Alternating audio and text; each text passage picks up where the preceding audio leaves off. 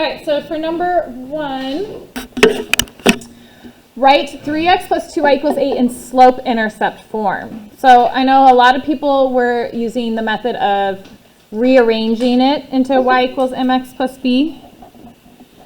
So if we rearrange it, what would be our first step, Caroline?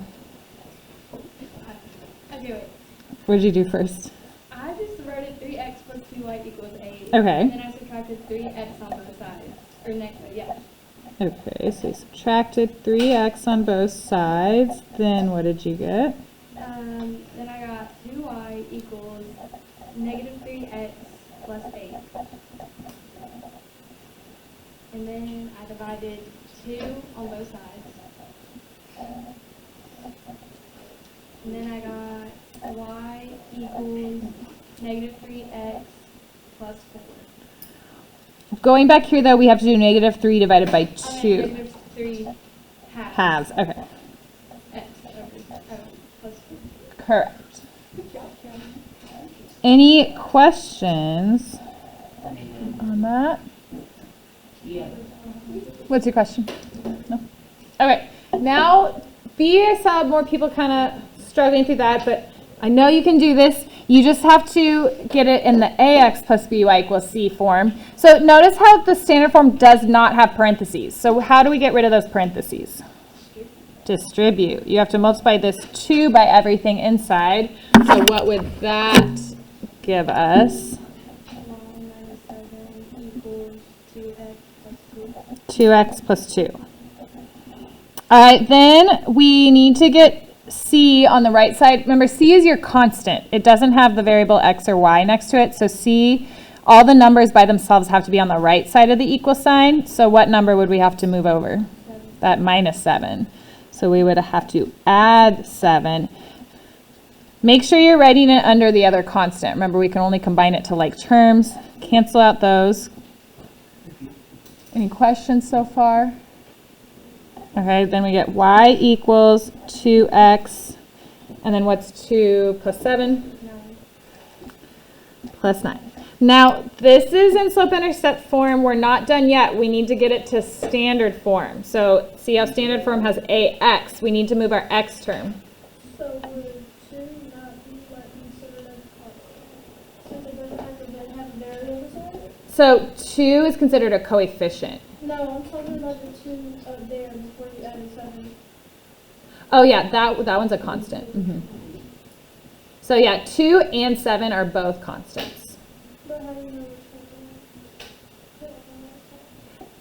which one? We want to combine, no, you have a good question. We want to combine them both on the right side because C is our constant, so we just want to move all the constants to the right. So pretty much what you want to do is you want to look at the left side. If you have a number by itself, then you want to do the opposite to move it to the right side. That's a good question. Okay, but now we need to move our x terms to the left side of the equal sign. So which one's our x term here? The 2x. So we have to do the opposite and subtract 2x. And then how would we rewrite that in standard form? Negative 2x plus y equals 9. But then we have to go back to our characteristics. A, B, and C must be integers, whole numbers, positive and negative, but A has to be greater than or equal to 0. A cannot be negative. Oop, you can't see this.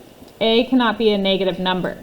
Right now, our A value is a negative number. So any ideas how we could convert it to a positive number?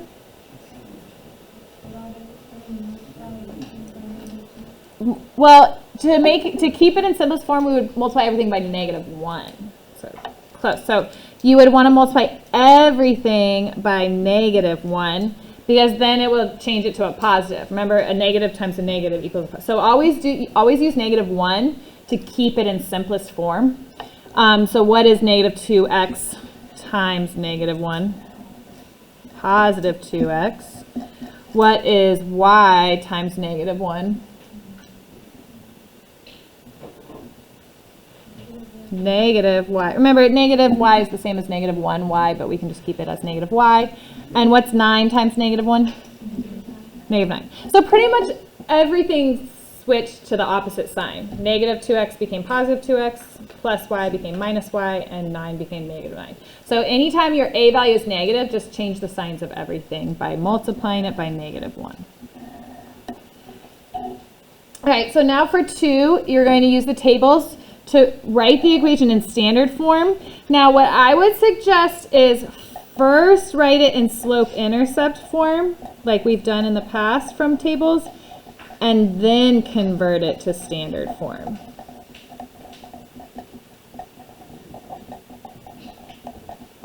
So practice writing it in slope-intercept first. If you need to look back at your notes, do that. All right, go ahead and do that one.